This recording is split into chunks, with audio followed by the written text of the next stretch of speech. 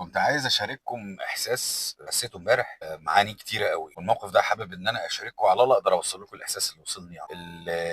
امبارح جه على بالي صديق ليا وحد، يعني احنا عشره بقالنا فتره طويله قوي من 2010، ومدير مصنع، فخطر على بالي قوي ان انا اكلمه. بقالي فتره ما اتصلتش عليه، فاتصلت عليه. كان في حاجه بالارم كده، كلمه فاتصلت عليه، فاخبارك عامل ايه؟ فبقول له قول لي بقى ان انت كنت هتكلمني النهارده. قال لي وحياه ابني تصدق بالله انا كنت لسه النهارده في سيرتك مع السي اي او للمجموعه بتاعتي. قلت له طب خير في ايه؟ عشان كده انا في حاجه عماله تقول لي اكلمك. قال لي بص يا سيدي، الراجل الاوبريتور اللي واقف على مكنه السي ان سي يس هي حصل ما بينه وما بين مدير لسه جاي جديد، حصل يعني في مشكله حصلت كده، وصلت لمرحله ايه، اذا كان عاجبك الشغل مش ما كانش عاجبك امشي. الراجل خد على كرامته صراحه. والاوبريتور ده واقف على المكنه بقى له حوالي 5 6 سنين، وحد شاطر جدا، مجتهد، حد ملتزم، امين قوي على المكنه. الراجل دوت الاوبريتور ده عمل وصل لمرحله ان هو علم نفسه اوتوكاد، علم نفسه ارتكام، علم نفسه ازاي يقدر يفصل صح. بقت احيانا في رسومات بتبقى نازله مثلا فيها ديفو معين مش هينفع على المكنه، فكان بيبلغ الشباب في المكتب الفني يا جماعه احنا لازم نعمل كذا كذا كذا، والناس عشان تتنفذ على المكنه، فالناس كانت متعوده اللي هو في المواصفات بتاعه الاوبريتور الشاطر اللي انا دايما بتكلم عنها، اللي هي الحد اللي هو بيشتغل دايما على نفسه. فانا بكلمه بقول له طب يعني في الظروف اللي احنا فيها دلوقتي دي اشوف له مكان، نشوف له حته. قال لي لا انسى، انت فاكر ان هو هيروح؟ بقول له ليه يعني خير؟ قال لي يا سيدي الراجل ده بعد ما مشي من عندنا مفيش يومين ثلاثه واشتغل في مصنع تاني كاوبريتور برضه، ونزل بمرتب احسن، يعني زياده حوالي 40% مثلا من هو كان موجود. قلت له طب كويس. قال لي ومن شغله على المكنه واتعلم على المكنه بسرعه، اللي هو كان نازل عليها ما كانش يعرف عنها حاجه، نزل اتعلم بسرعه، وده نتيجه ان هو كان شغال على نفسه، فاتعلم بسرعه على المكنه. بقت تجي له برضه رسومات ما يبقاش فيها شغل شويه مظبوط، يرجع يكلم المكتب الفني، وبحكم ان هو لسه جديد طبعا فريش ميت زي ما بيقولوا، فانت ازاي جاي تعدل علينا؟ فيقول لهم يا جماعه ما ينفعش، طب انتوا احرار. المهم وصلت لمرحله ان هو في مره ما رضيش ينفذ الشغلانه. ليه يا ابني مش عايز تنفذها؟ قال يا جماعه دي كده غلط، الشغلانه دي كده غلط، دي هتبوظ الدنيا. فالناس قالوا لا اشتغل زي ما انت. قال له طب خلاص ده مش مالي ولا مالكو، احنا نكلم صاحب الحلال في الموضوع ده، صاحب الحكايه. والله وافق وافق، ما وافقش خلاص انا مش هنفذ حاجه وهدور. ده عشان هو امين، انا الراجل ده امين مش عشان حاجه تانية. صاحب الحلال قال له خلاص اوكي ماشي نفذ، مش هم قالوا لك كده نفذ؟ طب ماشي خلاص نفذ.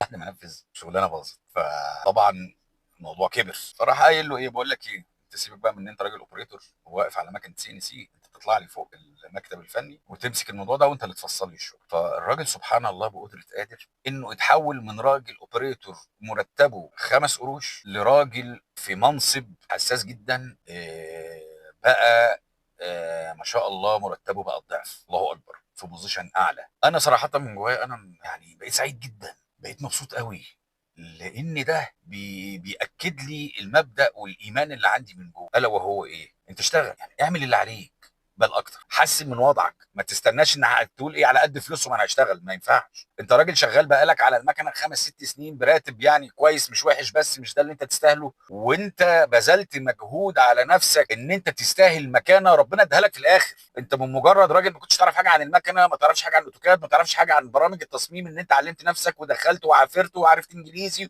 وتابعني على فكره، دي من اهم الاساسيات الكويسه، انه كان متابع صفحتي وبيتعلم وبيعلم نفسه، وعلى طول دايما عامل فيدباك لنفسه وطور نفسه، وبدون ما يكون في دماغه حاجه، يوم ربنا يعمل حاجه بقى.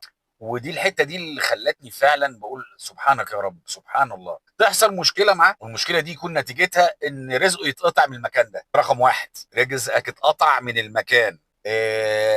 رقم اتنين، عشان انت عملت اللي عليك وحسنت من اللي جواك وامين مع نفسك وامين مع الله وملتزم، ربنا سبحانه عز وجل كرمك ان انت اشتغلت في مكان تاني في وقت قليل. وعشان انت اشتغلت على نفسك ان انت عايز توصل لمكانة معينة، ربنا اداها لك من حيث لا تدري ولا تعلم. يعني في يعني هقول ايه، بس اشتغل على نفسك، اشتغلوا على نفسكم يا جماعه، ما تبصش انت ايه اللي انت بتاخده دلوقتي او ايه اللي راجع لك دلوقتي، اللي راجع لك جاي. اعتمد على الله في كل حاجه، يعني اعتمد على الله وتاكد تماما ان انت طول ما انت بتراعي ربنا وطول ما انت شغال كويس وطول ما انت شغال على نفسك ربنا هيديك. والله والله ربنا بيدي يا جماعه، ربنا بيوسع. النظره اللي هي ما فيهاش تفاؤل دي نظره، يعني معلش انا دايما بسمعها بيقول لك ان الشيطان عايزك دايما في حاله حزن. الشيطان دايما عايزك في حاله عدم تفاؤل. ليه؟ عشان تهبط، عشان تنزل بمستواك. علي مستواك مهما كان، ما تنسى يعني، ما تستناش المقابل دلوقتي. المقابل من عند الله احسن بكتير قوي من المقابل عند اي بني ادم. اشتغل على نفسك. الاوبريتور الشاطر، دايما بقولها، الاوبريتور الشاطر اللي ما بيستناش انه يتحط في المكان عشان يبتدي يستاهل القيمه. لا، انا هزود قيمتي انا مع نفسي، هزود قيمتي انا مع الله سبحانه عز وجل، هيرجع لك المردود ده طبيعي من غير ما تقعد تبذل مجهود. حتى في صوره ان انت باب الرزق اتقفل، هتعمل ايه اكتر من كده؟ انت راجل عندك اسره وفي ظروف احنا الله اعلم بيها، فبمنتهى البساطه انت تقطع رزقك من هنا، سبحانه عز وجل رزقك في حته ثانيه والاحسن. يعني يعني انت لو فضلت ما كانتش حصلت المشكله اللي حصلت معاه دي، كان هيفضل في مكانه على نفس الرينج بتاعه. لكن اللي حصل ان ربنا اذن، قطع من هنا زي ما بيقولوا، وصل من هنا احسن. يا ريت يعني.